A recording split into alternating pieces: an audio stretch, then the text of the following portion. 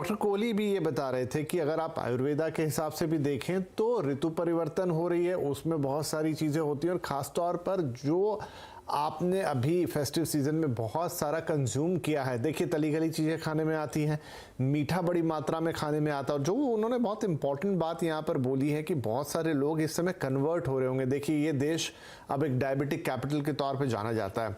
Diabetes में बहुत सारा हिस्सा प्री डायबिटिक्स का होता है, यानी कि आपको डायबिटीज़ हुई तो नहीं है लेकिन अब आपका जो बॉडी के शुगर लेवल है वो नॉर्मल नहीं रह गए हैं, वो फ्लक्चुएट कर रहे हैं, वो 100 के नीचे जो स्टैंडर्ड पैरामीटर है नहीं रहते हैं फास्टिंग लेवल पे, वो 100 और 125 के बीच में रहते हैं।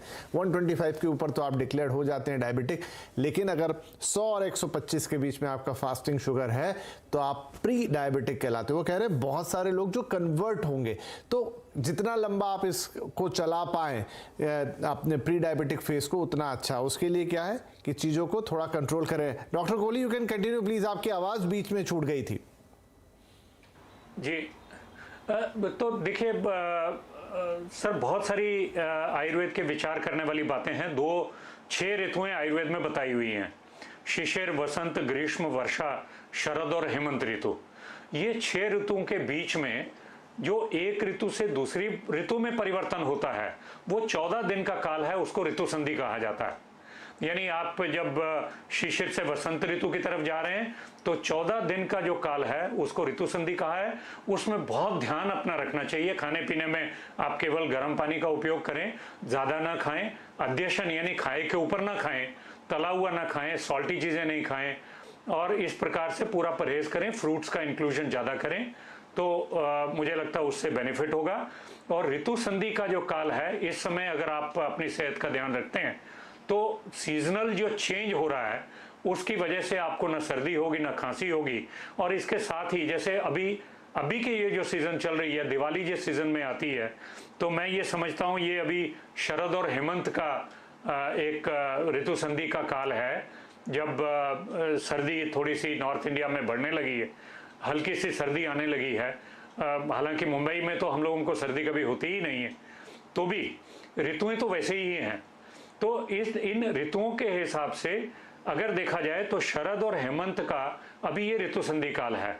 इसमें आपने बहुत सारा दिवाली फेस्टिविटीज़ की वजह से बहुत ज़्यादा कुछ खाया हुआ है। दही का सेवन न करें, खट्टी चीज़ों का सेवन न करें, तली हुई चीज़ों का सेवन न करें, और खाना आवश्यकता से थोड़ा कम खाएं जी। तो यानी अपने शरीर को हल्का रखें तो आप ज़्यादा एनर्जेटिक रहेंगे और ज़्यादा अच्छा रहेगा। चलिए, तो दोनों ही हमारे एक्सपर्ट बता रहे हैं कि थोड़ा सा अब वक्त आ गया है कि बॉडी को लाइट रखा जाए, थोड़ा कम खाया जाए, फ्रूट्स, वेजिटेबल, इस तरह की हल्की चीज़ों पर आप थोड़ा शिफ्ट हो और अपने शरीर को थोड़ा लाइट रखिए, और यही आपकी प्रिपरेशन हो जाएगी अगले मौसम में जाने की।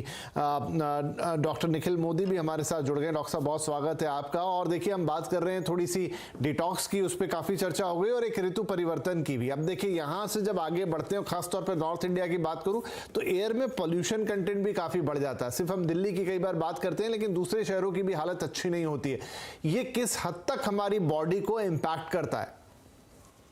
जी, जैसे कि मौसम अब बदल रहा है, शीतलहर आ रही है, तो इस टाइम पे जो है स्मॉग, ये सिर्फ दिल्ली की हम बात ना करें तो पूरे नॉर्थ इंडिया में ही एकदम टेम्परेचर डाउन जाने की वजह से स्मॉग इकट्ठी होने लग जाती है, जिससे जो धुआं एक्यूमुलेट होता है जो काफ़ी हानि पहुंचा सकता है हमारे शरीर को।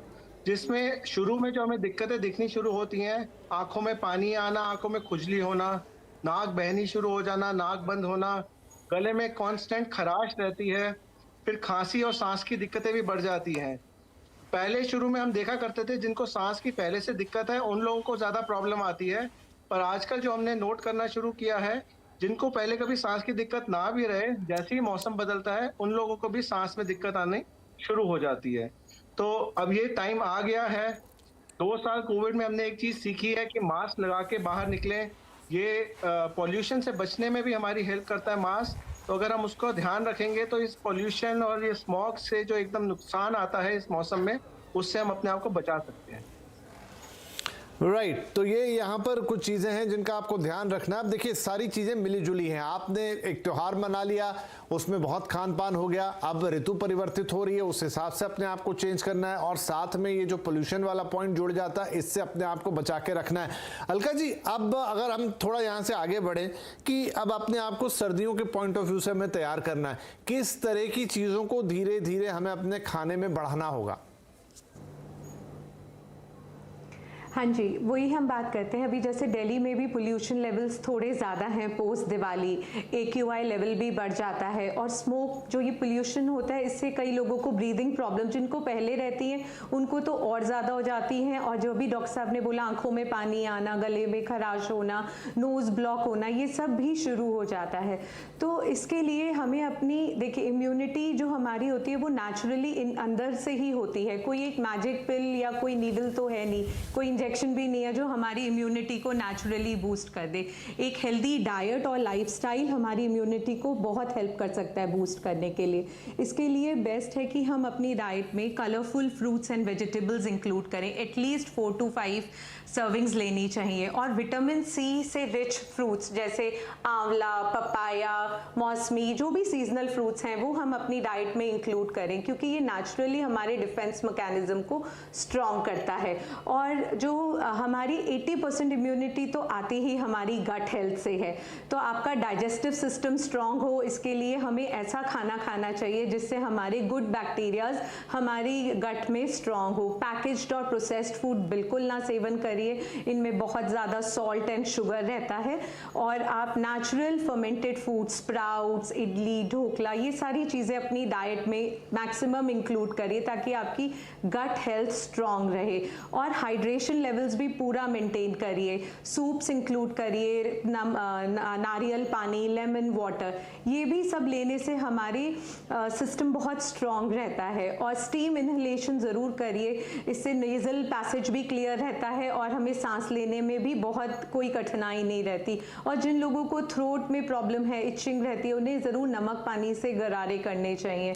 और हल्का खाना खाएं, 15 से 20 मिनट डेली सनलाइट का भी ज़रूर एक्सपोजर लें, क्योंकि इससे विटामिन डी लेवल्स इंक्रीज़ होते हैं और ये भी हमारी इम्यूनिटी को बूस्ट करते हैं। और कोशिश करके पैकेज प्रोसेस्ड फूड और जितनी भी सफ़ेद जैसे शुगर, सॉल्ट और मैदा से बनी हुई चीज़ें हैं, ये सब कुछ अवॉइड करिए डाइट में। और फिजिकल एक्टिविटी ज़रूर इंक्लूड करिए, अगर योगा कर सकते हैं, प्राणायाम इंक्लूड कर सकते हैं, तो ये भी हमारी ब्रीदिंग कैपेसिटी को और लंग कैपेसिटी को इंक्रीज़ करते हैं, और पोल्यूशन के साइड इफ़ेक्ट्स इससे बहुत कम रहते हैं।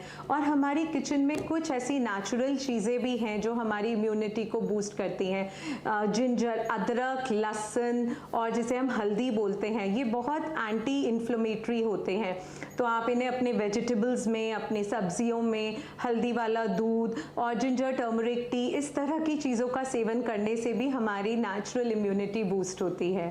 ये सब कुछ मैक्सिमम करने से हम वैसे स्ट्रॉन्ग रहेंगे। बिल्कुल।